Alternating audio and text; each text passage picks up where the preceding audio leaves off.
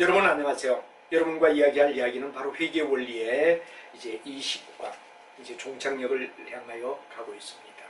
앞으로 계획은 바로 심화학습의 문제를 일단 어디에 되느냐 그러면 한강하고, 그 다음에 이제 뒤에 있는 30강은 심화학습 D의 문제를 갖다 우리가 또 풀어서 바로 이제 여러분하고 같이 진행을 하면서 어떠냐 그러면은 뭐 강의를 갖다 추가적으로 뒤쪽에 실전 문제를 좀 더 넣는 쪽으로 한번 생각해보며 진행을 할 예정입니다.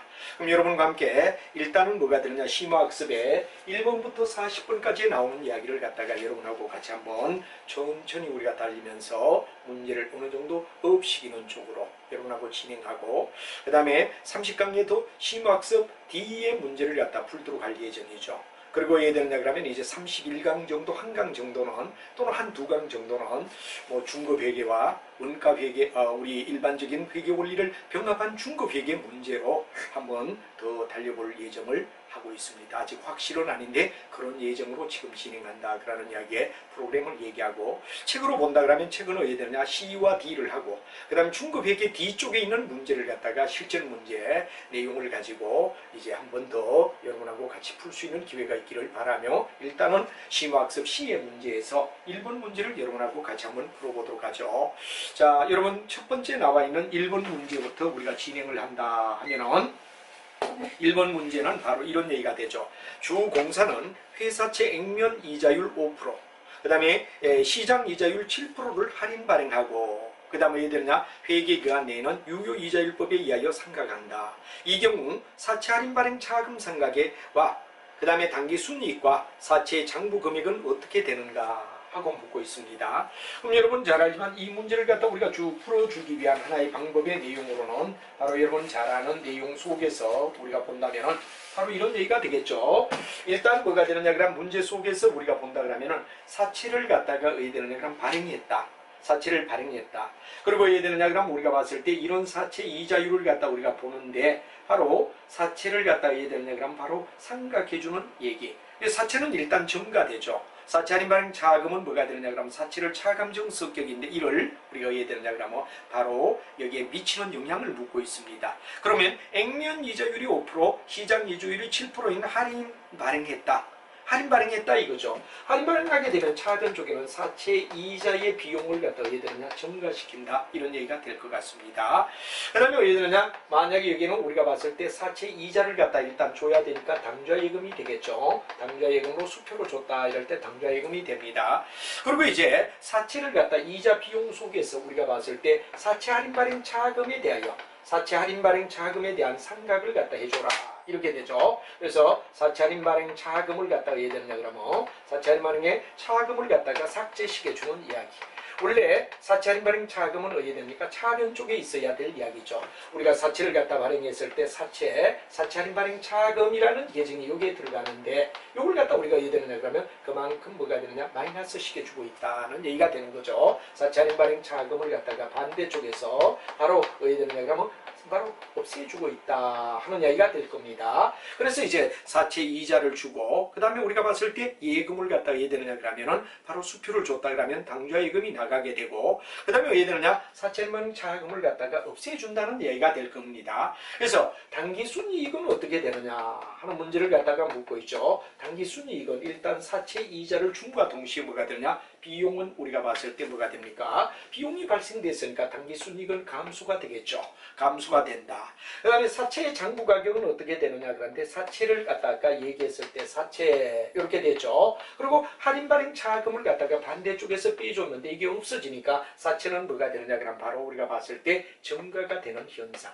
사채 쪽은 어디 되느냐 그러면 바로 마이너스 되던 부위가 없어지니까 마이너스가 삭제되니까 궁금 사채 쪽으로 볼 때는 뭐가 되느냐, 플러스가 되는 효과를 준다는 얘기가 되죠. 그래서 사채를 발행할 때 할인 발행 차금이 어디 있느냐, 차변 쪽에 있었다. 근데 사채 이자를 주면 할인 발행 차금을 갖다가 해야 되느냐, 그만큼 가져야 되는 거죠. 왜? 여기서 봤을 때 유효이자율, 시장 액면 이자율로 볼 때는 뭐가 되느냐, 유효이자율에 의하여 상각을 시킨다 이거죠. 그럼 우리가 봤을 때 여기서 중요한 이야기는 사채를 발행했을 때는 사채를 갖다가 할인 발행 차금하고 여기 현금, 그러면 예를 들어 사채가 1,000원짜리가 들어왔다고 치자가 이거죠. 현금은 900원 들어왔다고 치자. 그럼 사채 할인 발행 차금이 100원이었는데 이자를 주면서 할인 발행 차금을 상각시키니까 바로 차금을 없애줘야 되죠. 그리고 여기에 당좌예금이니까 이자 속에서 할인 발행만큼 유효이자율에 대한 할인 발행만큼은 없애며 당좌예금이니까 당기순이익은 비용의 발생으로서 이되죠 줄게 되고 사채 쪽은 뭐가 되냐 할인 발행 차금에서 원래 삭감 반대쪽에 해주던 이야기를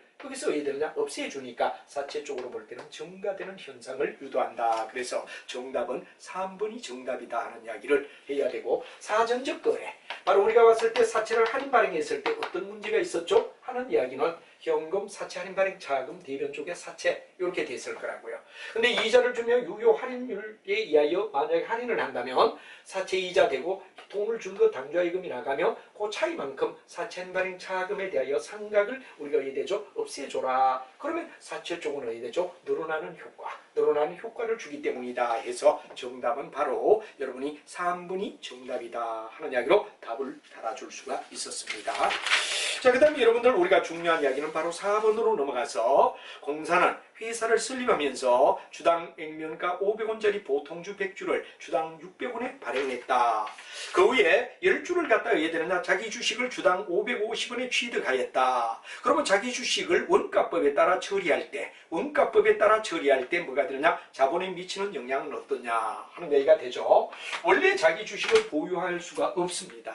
상법에 의한 특별 규정이 없으면 자기 주식을 원래는 시중에 훨훨 날아다니게끔 둬야 되지 자기 주식을 갖다가 자기가 멋대로 사서 금고에 왜? 그런 문제가 있다면 나도 주식을 사서 돈이 어야 되죠? 시중의 주가를 조작할 가능성이 있기 때문에 자기 주식은 특수한 경우가 없다면 절대 어야 되느냐? 보유를 금하고 있다. 그러나 예를 들어 특이한 사항, 상법에 규정하는 사항에 해당될 때는 우리가 바로 뭐가 되느냐? 보유할 수 있다. 이렇게 되죠. 그럼 우리가 잘 알지만 뭐가 되느냐? 원가법에 의하여 만약에 주식을 갖다 했다면 10주가 되죠. 10주가 된다. 자기 주식 10주. 그 다음 왜 되느냐 그럼 우리가 봤을 때 여기 원가가 얼마냐 그런데 5,500원이다 이렇게 되죠. 5,500원 이 주식을 갖다가 자기가 왜 되느냐 그럼 원가 이하여 보유한다 이런 데죠. 그러면 차변 쪽은 자기 주식이 됩니다. 자기 주식은 잘 알지만 자본을 마이너스 시키는 자본금의 마이너스 역할이다 이렇게 되죠. 자 액면대로 하니까 5,500원이 되고 이걸 갖다 돈으로 우리가 샀다니까 현금이 되며 현금이 얼마나 가느냐 5,500원 금고에서 나가야 된다 하는 얘기가 되겠죠. 그래서 자기 주식을 사고 여기 중요한 얘기는 원가법이라는 말이 중요합니다. 원가법이라는 말은 궁극은 뭐가 되느냐 그러면 바로 550원 우리가 봤을 때 550원이 뭐가 되느냐 원가인데 10주니까 5,500원이 되었다는 얘기가 됐겠죠. 그래서 여기 바로 우리가 봤을 때 5,500만큼 자기 주식에서 자본을 줄게 하고 현금은 5,500원 나갔다는 붕괴가 되어서 정답은 바로 4번이 뭐가 되느냐 5,500원 감소라는 이야기가 정답으로 우리가 생각할 수 있다 하는 이야기가 되겠죠. 그 다음에 이제 쭉 넘어가서 여러분이 뭐가 되느냐 9번 문제를 우리가 한번 보도록 하죠. 다음은 공사자료에 의하여 2004년도에 가중평균 유보 주식 보통주는 뭐라를 계산한다 이렇게 우리가 나와 있습니다. 그래서 보유하는 기간에 의하여 뭐가 되느냐 그러면 주식을 갖다 줄 때 우리가 여기에서 뭐가 되느냐 가중평균 유통 주식수를 구하라 하는 문제가 시험에 자주 나오죠. 천천히 여러분이 하나하나 우리가 따지며 넘어가도록 하죠. 자 일단 2003년 12월 30일 현재 발행 주식의 현황은 바로 우선주, 비전환주, 비누적주, 비참가주 배당률을 갖다가 우리가 정하며 6%고 액면은 5,000원짜리고 10주다 이렇게 나와 있습니다. 그래서 이제 이런 상태에서 뭐가 되느냐 그러면 우리가 봤을 때 어떠냐 그러면은 바로 어떻습니까? 3월 31일에 의해되느냐 그러면 보통주를 갖다가 의해되느냐 그러면은 바로 일반적으로 봤을 때 유통주식 120주를 갖다가 샀다 이렇게 나와 있죠. 120주가 사졌다 이렇게 됩니다. 그럼 여러분 잘 알지만 뭐가 되느냐 여기서는 1월 1일부터 3월 31일까지 어디 되느냐 그러면 일단 뭐가 되느냐 그러면 120주가 되겠죠. 120주를 갖다 일단 보유했다는 얘기가 되죠. 120주를 보유했다. 그럼 120주를 보유했다면 여기는 우리가 봤을 때 바로 얼마냐 우리가 12달 중에 석 달 동안 바로 일반적으로 어야 되죠. 12달에서 석 달이 어야 되느냐 그럼 보유한 기간이기 때문에 약분을 하게 되면 뭐가 되냐 여기는 30주라는 이야기가 뭐가 되냐 바로 우리가 봤을 때 어떻습니까? 바로 우리가 봤을 때 30주를 보유한 것과 같은 일종의 하나의 뭐가 되느냐 그럼 바로 유효 가중평균 주식을 갖다 우리가 얘기할 때, 자 가중평균 자본을 갖다 우리가 따질 때 120주인데 12분의 3이 되니까 궁극은 얼마를 가진 것과 같으냐? 30주를 가진 것과 같다. 이렇게 되죠. 이러다가 4월 1일부터 9월 말까지 4월 1일부터 9월 말까지 어떻게 되느냐 그러면 바로 보통주 20주를 또 가진다. 이렇게 되죠. 그래서 우리가 4월 1일부터 바로 봤을 때 어떻게 되느냐? 9월 언제가 되죠? 그렇죠. 9월 30일까지 이렇게 됩니다.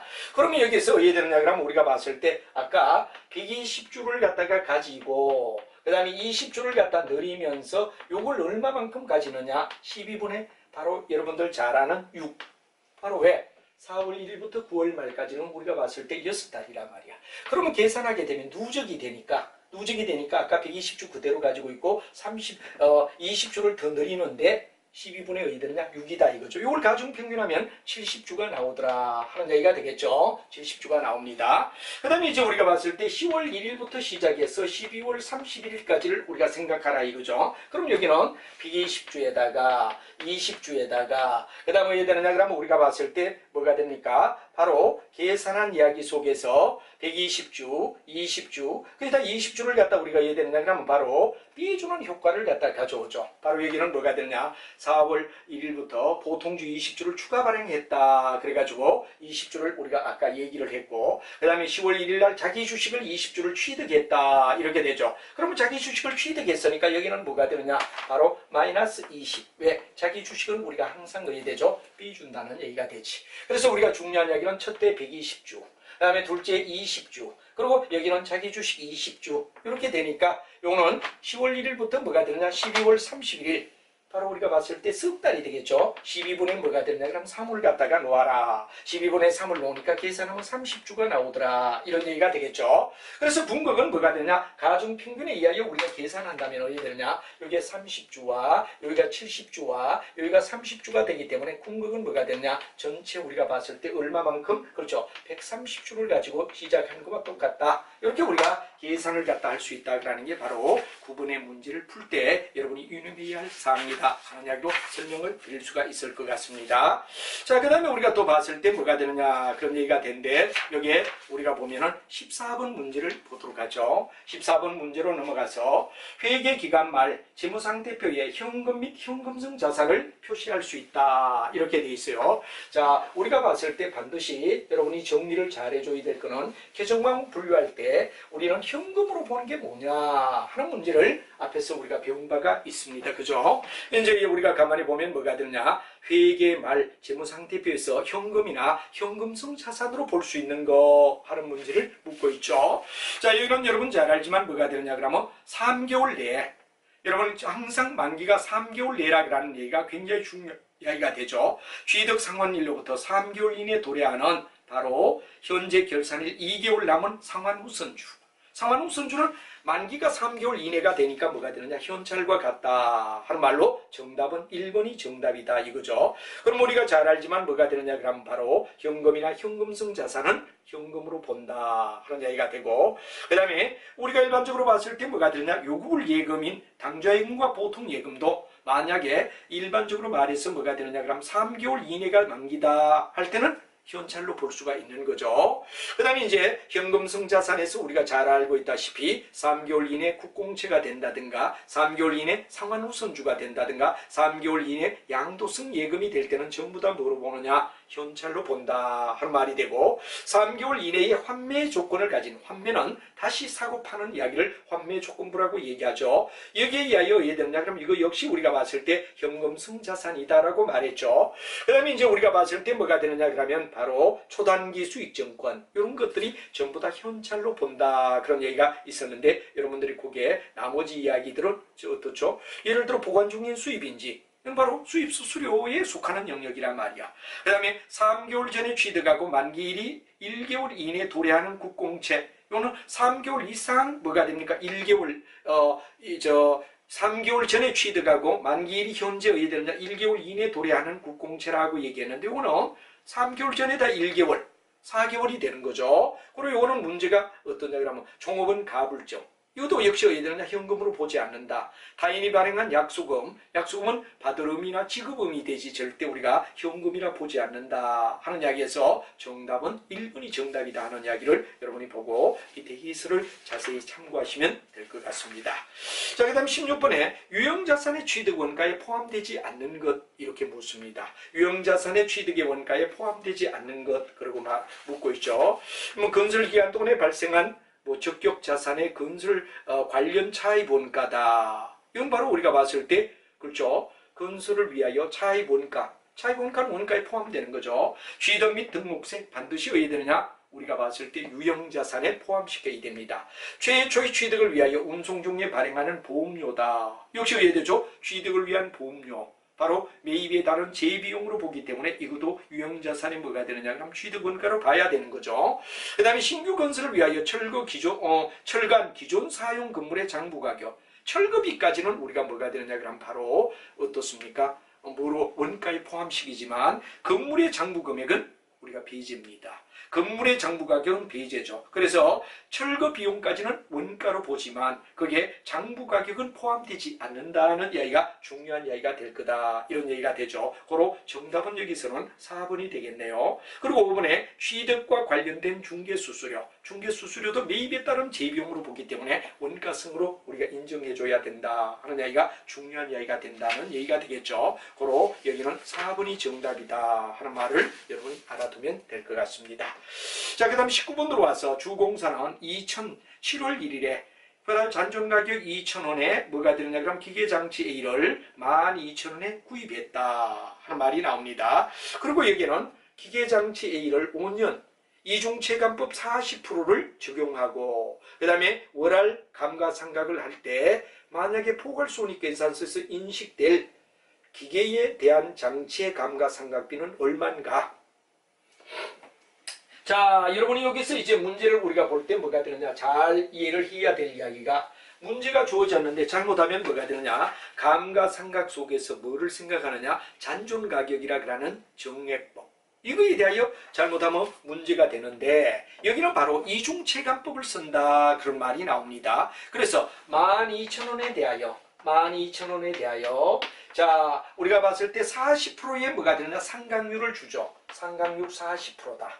그런데 이게 12분의 6개월이라 이거죠. 바로 12달 중에 6달. 7월 1일이니까.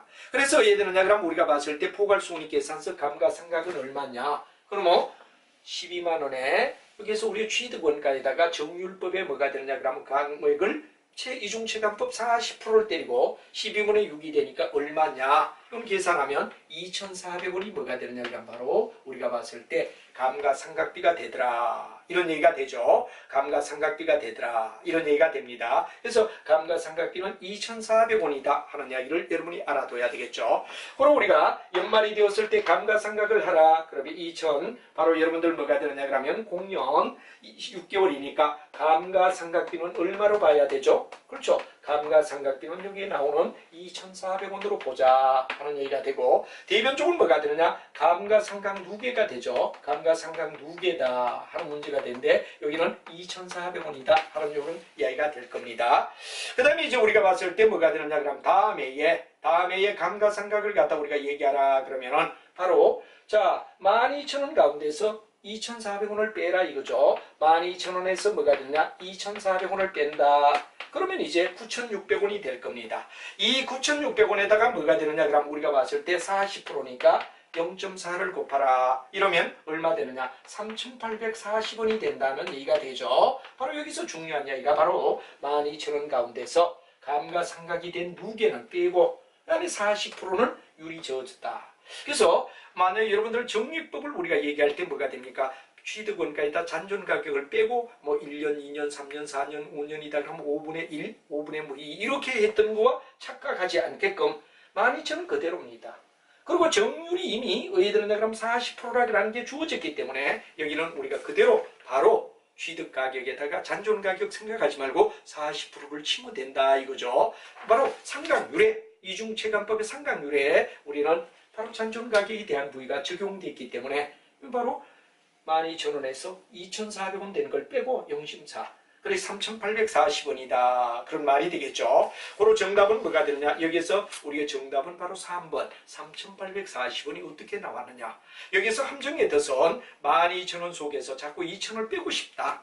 그렇지만 이미 여기서 뭐가 되느냐? 그러면 이중체감법 40%라는 나와 있는 속에는 바로 잔존 가격에 대한 부위까지 반영된 내용이기 때문에 취득 원가 가격에다 40%만 계속 우리가 따져준다 하는 이야기를 여러분이 알아야 되고, 첫 해는 바로 왜 됩니까? 7월 1일부터 12월 31일까지니까 6개월에 대한 이야기란 말이야. 그럼 6개월은 어떻게 되느냐? 그럼 여러분들 잘 알지만 12분의 6. 12분의 6이니까 뭐가 되느냐? 궁극은 2분의 1이 뭐가 되느냐? 그러면 감가상각 바로 중요한 뭐가 되죠? 4,800원인데 2,400원이 감가상각이 된다 하는 이야기를 여러분이 머릿속에 알아두시면 된다는 얘기로 설명이 되겠죠. 자, 이렇게 해서 우리가 일반적으로 봤을 때 문제를 푸는데 이런 내용을 침착하게 하나씩 풀어가는 게 매우 중요하다 하는 이야기를 여러분에게 드리고, 자, 여러분과 함께 25번의 공사 2001년 말의 재무상태표다 하고 나왔습니다. 이 주어진 문제를 우리는 항상 충실하게 어야 되느냐 그러면 읽어준다는 게 아주 중요한 이슈가 되는 거죠. 그리고 여러분들이 잘 알지만 BS표가 있을 때 이 BS표를 정확하게 BS가 어떠냐, 그리고 어떤 회사냐, 그리고 언제 작성일이죠 하는 이야기를 필히 우리는 나타내 주게 됩니다. 그럼 여기서 이제 우리가 봤을 때 이런 도표 속에서 바로 BS 속에서 우리가 가만히 보면 바로 주어진 조건을 가만히 보죠. 현금이 얼마냐? 20이다 나왔습니다. 대출 채권이 어디에 되느냐? 우리가 봤을 때 궁극은 캐션마크다. 캐션마크다. 이런 얘기가 되죠. 그 다음에 재고자산이 어디에 되느냐? 재고자산이 궁극은 뭐가 되느냐? 그럼 캐션마크다. 이래 되죠. 그 다음에 비유동자산이 얼마냐? 비유동자산이 바로 여러분 잘 나왔지만 200이다. 그래서 전체가 얼마냐? 400이라는 숫자가 나왔노라 하는 자산을 알려주고 있습니다. 그럼 여러분들 이쪽에는 매입 채무가 어디에 되느냐 그러면 우리가 봤을 때 매입 채무를 얘기하죠. 매입 채무를 봤을 때 매입 채무가 뭐가 되느냐? 여기는 모르겠다 이런 얘기가 되죠. 그 다음 미지급 비용이 얼마냐? 미지급 비용이 바로 여러분 잘 아지만 여기 나와 있는 게 17원이다 이렇게 나왔어요. 그 다음 비유동 부채가 얼마냐? 비유동 부채가 우리가 봤을 때 바로 여기는 100이다 이렇게 됐습니다. 그 다음에 자본금이 얼마냐? 캐션마크다. 그 다음 뭐가 되느냐? 이익잉여금이 얼마냐? 우리가 봤을 때 바로 50이다 이렇게 나오고, 바로 부채와 합계가 얼마냐? 바로 400이다 이렇게 나왔습니다. 400이다 이렇게 나왔습니다. 이렇게 됐을 때 여기에 뭐가 되느냐? 그럼 공사의 유동 비율이 400%다. 바로 중요한 이야기는 유동 비율이죠. 유동 비율은 바로 여러분 잘 알지만 요구에서 비유동 부채 위까지가 뭐냐? 유동 부채란 말이야. 유동부채에서 바로 여러분들 재고자산까지 얘기하는 뭐가 되느냐? 바로 내용. 요걸 갖다 비로 나타냈을 때 얼마냐? 바로 우리가 봤을 때 400%다 하는 이야기가 주어졌죠. 그럼 우리가 수식을 갖다 우리가 가만히 보면 바로 이런 얘기가 되죠. X 플러스 요 매입 채무를 X로 보면 X 플러스 17분의 이게 뭐냐? 유동부채란 말이야. 그럼 여기는 얼마냐? 그럼 우리가 가만히 봤을 때 현금이 20, 캐션마크인데 고마켓선이도 200을 줘. 그럼 여기까지 세 가지를 합한 게 200이라는 얘기가 되지. 그럼 우리가 봤을 때 뭐가 되느냐? 200이다 이런 얘기가 되는 거죠. 이 세 가지를 결합한 것이 비유동부채가 200이니까 400 속에서 200을 빼니까 200이 바로 유동부채다 이런 얘기가 되죠. 이게 곱하기 100을 했을 때 얼마 나오느냐? 우리가 봤을 때 바로 400%다 하는 이야기가 400이 나왔다 이거지. 그럼 다시 우리가 요 식을 갖다가 이동해서 우리가 보면 x 플러스 17원 이래 되죠. 자, 200이 되고 여기는 얼마냐? 그러면 4가 된다는 얘기가 되죠.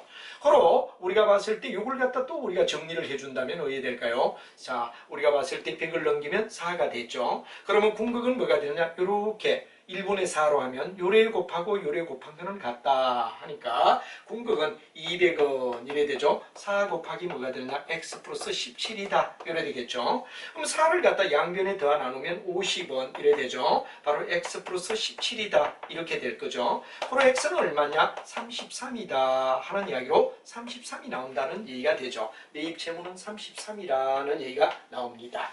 그럼 여기서 우리가 자본금이 얼마냐를 묻는 게 최종 답이기 때문에 그러면 33, 17, 50 여기에 100. 그럼 궁극은 400 속에서 우리가 만약에 이 자본금이 얼마냐를 묻는 게 만약에 여기서 Y라고 얘기를 하죠. 자본금이 얼마냐? 결국은 Y를 구하라는 얘기지. 그러면 400은 바로 여러분 잘 알지만 400은 33 더하기 17 더하기 그 다음 뭐가 되느냐? 그러면 100 더하기 그 다음 뭐가 되느냐? 그럼 Y에다가 그 다음 뭐가 되느냐? 50이다. 이렇게 될 거란 말입니다. 그죠? 그럼 Y를 갖다 우리가 구하라. Y를 구하라. Y를 구하니까 얼마 나오느냐? 그럼 바로 200이 나오죠. 여기 50이 됩니다.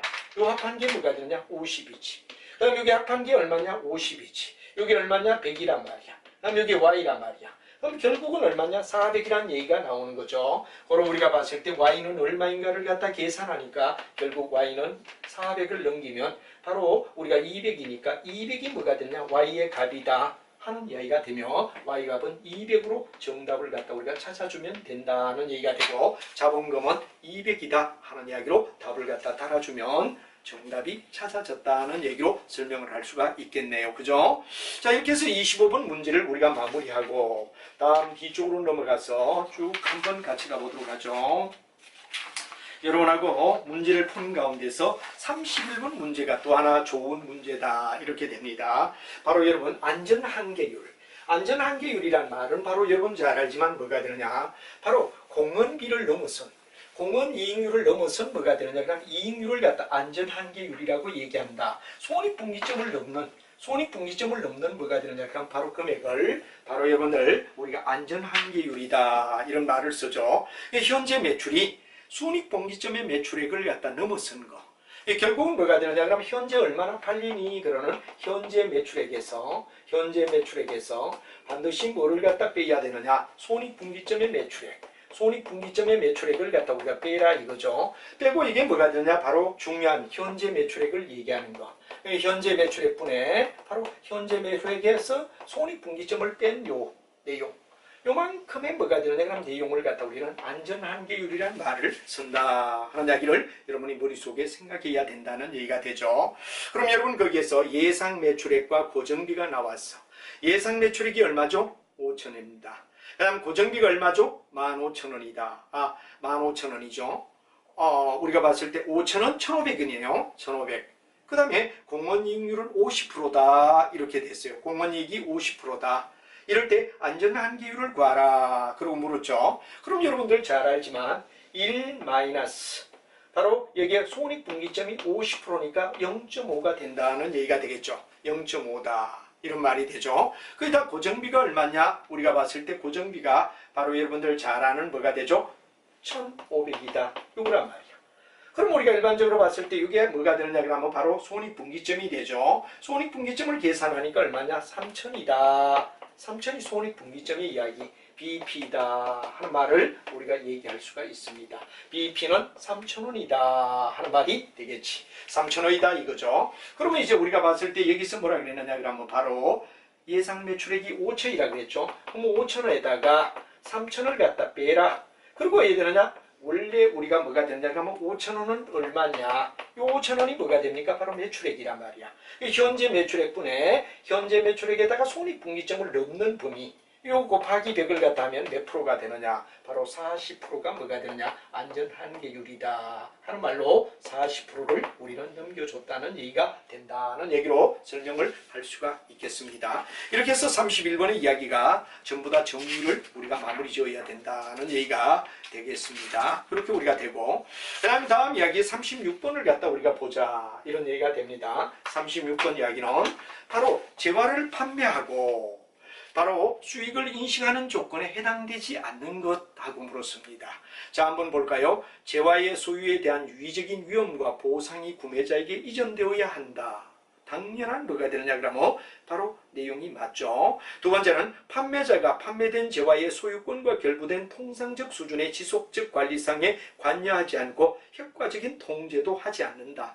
그렇죠. 소유권이 넘어갔으니까 판매자에게 소유권은 다 어떻습니까? 결부된 통상적 어떤 관리, 이거는 손을 뗀다. 맞는 말입니다. 세 번째, 거래에 관련하여 발생하였거나 발생할 원가에 신뢰성 있게 측정해야 된다. 이것도 맞는 말이죠. 그 다음에 거래에 관련된 경제적 효익의 유입의 가능성이 높다. 즉, 팔았으니까 반대급부의 기부에 대한 테이크.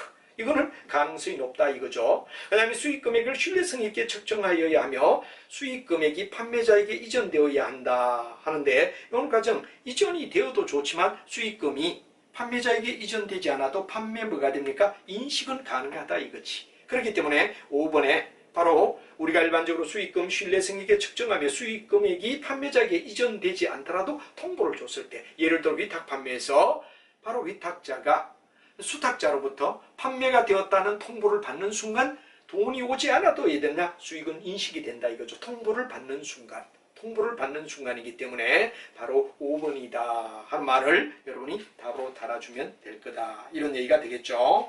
자, 그 다음에 이제 우리가 문제를 갖다가 본다면, 문제는 38번 문제가 매출 총이익이 얼마냐 이렇게 묻고 있습니다. 바로 우리가 일반적으로 말하는 뭐가 되냐, 원가 회계 흐름을 갖다 다 묻는 문제다 이렇게 우리가 얘기를 할 수 있죠. 원가 회계 흐름을 묻는 문제라고 얘기하는데 같이 한번 풀어보자 이겁니다. 자, 여러분들 원가 회계를 우리가 고민할 때 항상 원가 회계는 물량의 흐름을 갖다 생각하고 있어야 된다는 얘기가 중요한 흐름을 이해한다 이래 되죠. 여러분이 잘 알지만 뭐가 되느냐 그런 얘기가 되는데, 바로 이런 얘기가 됩니다. 재료비가 있고 우린 밀가루가 있습니다.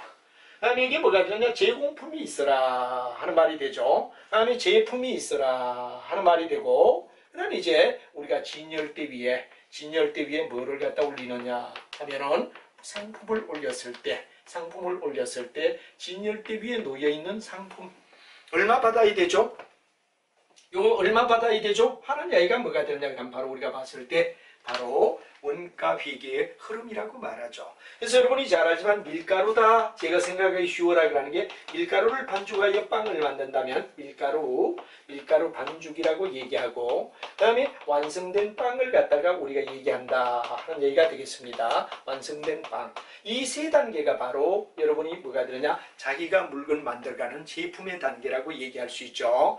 그럼 우리가 일반적으로 봤을 때 맨 먼저 뭐가 되느냐, 직접 재료비, 직접 노무비, 제조 간접비는 나와졌어요.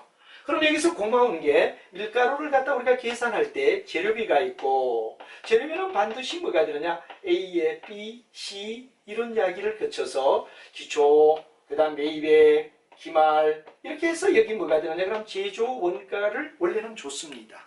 그런데 여기는 공학계산이도 이 과정을 생략하고 재료비가 얼마라고 나왔느냐, 바로 여러분들 33만 원이 나왔다 하는데, 원래는 요 A에다 B를 다 요 C를 빼면 원가다 하는 과정을 갖다 재료비에서 거쳤다는 걸 생각해 주시기 바랍니다. 만약에 재료비가 문제가 어렵다면 기초가 얼마, 매입액이 얼마, 기말이 얼마 그럴 때는 A에다 B를 다 요 C를 뺀다 하는 과정을 갖다 거쳐서 33이 나올 거다 이런 얘기가 되는 거죠. 근데 이제 그 밑에 보면 뭐냐 그러면 직접 노무비, 그런데 직접 노무비는 뭐가 되느냐, 노무비가 되죠. 노무비가 얼마냐, 30만 원이다. 30만 원이 뭐가 되냐, 직접 노무비다 이런 얘기가 되지. 그 다음에 제조간접비를 봤더니 제조간접비가 얼마냐 하는 문제가 되는데, 제조간접비는 바로 25만 원이다 이렇게 우리가 되죠. 25만 원 요거란 말이에요, 제조간접비가. 그래서 재료비가 얼마냐, 33만 원, 직접 노무비가 30만 원, 제조간접비가 25만 원이다 하는 이야기로 우리가 얘기가 되죠. 그래서 여기서 어디로 가느냐, 제공으로 가라, 제공품으로 가라 하는 말이 되겠어요. 제공품으로 가라, 제공품으로 가라. 그럼 제공품에 갈 때 기초 제공이 얼마냐 그러면 여기는 이제 주어집니다. 6만 원이다. 그럼 우리가 일반적으로 봤을 때 여기에 33만 원과 여기 원래는 계산된 율로 이렇게 오는 거죠. 그 다음에 직접 노무비가 얼마냐 그러면 30만 원 이렇게 와야 되겠죠. 그 다음에 제조 간접비가 25만 원 여기 오라. 요게 바로 B 택이다 이거죠. 요게 A, 요게 B가 됩니다. 그 다음 우리가 봤을 때 기말 제공이 얼마냐? 기말 제공이 7만 원이다. 이렇게 나왔습니다. 요게 C 택이란 말이야. 그럼 우리가 봤을 때 33에다가 30에다가 25를 갖다 우리가 전부 다 더해가지고, 그 다음에 요게 6만원 더하고 7만원 빼니까 여기 어디에 되느냐 그러면 궁극은 A에다 B를 다 C를 빼라 그러는 게 이게 바로 제품 제조 원가가 되는 거죠. 제품 제조 원가가 되는데 요걸 갖다 계산하라 이거죠. 그러면 여러분들 여기서 요걸 갖다 빼니까 만원이 마이너스니까 여기서 24. 그러면 30을 더하니까 54가 되겠죠. 54를 갖다 여기에 더하면 뭐가 되느냐? 그러면 궁극은 바로 87만 원이다 이거죠. 87만 원. 87만 원이 나오는데 이건 어떻게 나오죠? A에다가 B를 전부 다요 C를 갖다 빼니까 87만 원이 원가다 하는 말이 되지. 87만 원이지. 87만 원이 뭐가 되느냐? 제공품에 바로 제품 제조 원가가 나온다. 이런 얘기가 되죠. 그러면 이제 우리가 제품을 갖다 가자. 제품부로 가자 하는 말이 되죠. 제품부로 가자. 제품부로 가면 제품부는 얼마냐 그러는데 우리가 봤을 때 기초 제품이 얼마냐? 7만 5천 원이다. 이렇게 있습니다. 그럼 여기 온 게 87만 원이 오겠죠. 87만 원이 온다. 이런 얘기가 되죠. 그 다음에 기말 제품을 보니까 얼마냐? 9만 5천 원이다. 이렇게 됐죠. 그럼 여기도 우리가 A에다 B를 더하여 C를 빼라. 그럼 이게 상품 팔아야 할 진열대에 올린 상품의 원가가 얼마냐인데 이거 바로 매출의 원가가 되겠죠. 그리고 여러분들 여기서 계산하면 2만 원이 되죠. 2만 원이니까 85만 원이 뭐가 되느냐 하면 바로 제품의 바로 매출 원가가 된다. 한데 87만 원짜리를 얼마로 팔았느냐? 87만 원이 바로 뭐가 되느냐 그럼 우리가 봤을 때 85만 원이 뭐가 되느냐 그럼 원가란 말이야. 원가인데 이 원가를 갖다 얼마로 팔았느냐 이렇게 우리가 봐야 되겠죠. 그럼 우리가 봤을 때 궁극은 거기에서 171만 원을 받았다 이거지. 171만 원 받았다면 171만 원에다가 아까 원가가 얼마냐 하는 이야기가 85만 원을 갖다 우리가 열어라 이거죠. 85만 원을 넣으니까 답은 얼마 나오느냐 그러는데 이 계산하면 얼마 나오죠? 바로 86만 원이 나온다 이거죠. 86만 원. 그래서 우리가 171만 원에다가 85만 원을 갖다 빼라 하는 얘기가 되면 답은 86만 원이 뭐가 되느냐 그러면 바로 요거 차감하면 86만 원이 바로 우리가 봤을 때 진열대에 올려놓은 상품을 팔았을 때 얻어지는 게 바로 여러분들 정답이 얼마냐 하는 얘기가 되는데 정답은 바로 86만 원이 정답이다 하는 이야기로 답을 갖다 달아주면 되고 이게 바로 원가 회계를 우리가 쭉 한번 다 점검하는 데는 정말 도움이 되는 내용이었다 하는 이야기로 반드시 우리가 재료부에서 재료는 원래는 이거 얘들은 A, B, C가 나옵니다. 그러나 여기는 바로 그냥 줬다 이거죠. 줬지만 원칙은 A에다 B를 더하여 C를 빼라 하는 시스템을 갖다 우리가 취해가지고 재료비가 나옵니다. 그럼 이 재료를 여기다 보내라 이거지. 보내는데 직접 농무나 제조 간접비의 경우는 굳이 T자가 필요하지가 않습니다. 왜? 얼마 줬느냐 계산 장부에만 나타나면 된다 이거죠. 그래서 우리가 일반적으로 봤을 때 장부에 30만 원 나타나면 30을 넣어라. 그럼 제조 간접비 25를 넣어라. 그러면 A에다 B를 더하여 C를 갖다 빼니까 궁극은 뭐가 되느냐? 87만 원이 제공품에 뭐가 되느냐? 나타나는 바로 제품 제조 원가가 된다. 이게 바로 우리가 봤을 때 제공품 원가가 된단 말이야. 그럼 원가가 되니까 여기서 와서 다시 기초 제품에다가 제공품 원가를 여기 넣고 기말 제품을 넣으면 바로 85만 원이 뭐가 되죠? 진열대 위에 올릴 때의 가격이 된다. 그러면 진열대 올랐을 때 우리가 171만 원에다가 85만 원을 갖다 빼니까 86만 원이 뭐가 되죠? 바로 우리가 봤을 때 정답이다 하는 이야기로 답을 갖다 달아준다면 여러분들이 전부 다 예된다면 우리가 봤을 때 중요한 답이 될 거다 하는 이야기로 정리가 될 것 같습니다.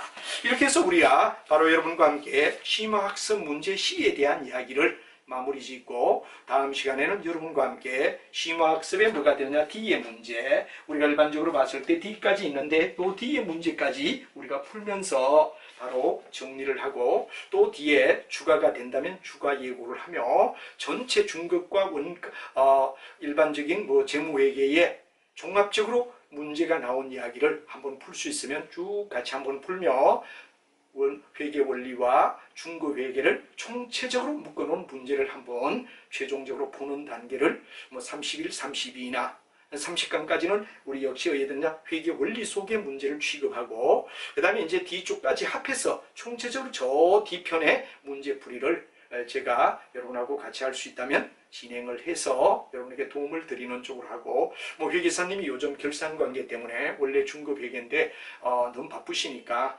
저라도 하든지 아니면 회계사님이 해주시면 손재정 회계사님이 하는데 바쁘시면 제가 뒤쪽에서 여러분하고 같이 한번 30강까지는 회계원리 그 다음에 뒤에 31강이라는 명목하에 아니면 뒤에 아예 61강이라는 명목하에 총체적으로 회계 원리와 중급 회계를 묶어둔 문제를 한 40개 유형의 문제를 이제 랜덤별로 골라서 풀어보는 쪽으로 진행을 할 기회를 가지겠습니다. 여하튼 29강은 여기에서 끝나고 다음은 심화학습에 바로 D의 편에 속하는 이야기를 30강에서는 하고 다음에 31강부터 조금 한두 강은 전체적인 우리 시중에 출제 문제가 있다면 D편에 여러분 책 D편 쪽에 제가 알려드리면 회계가 완전히 끝나는 중급 회계가 끝나는 D편 쪽에 보면 나오는데 그때 제가 정확하게 페이지나 그 다음에 내용 뭐 목차를 여러분께 설명드려서 다 통찰할 수 있는 기회를 가지도록 하며 회계도 하나하나 차근차근 본인이 풀어가는 것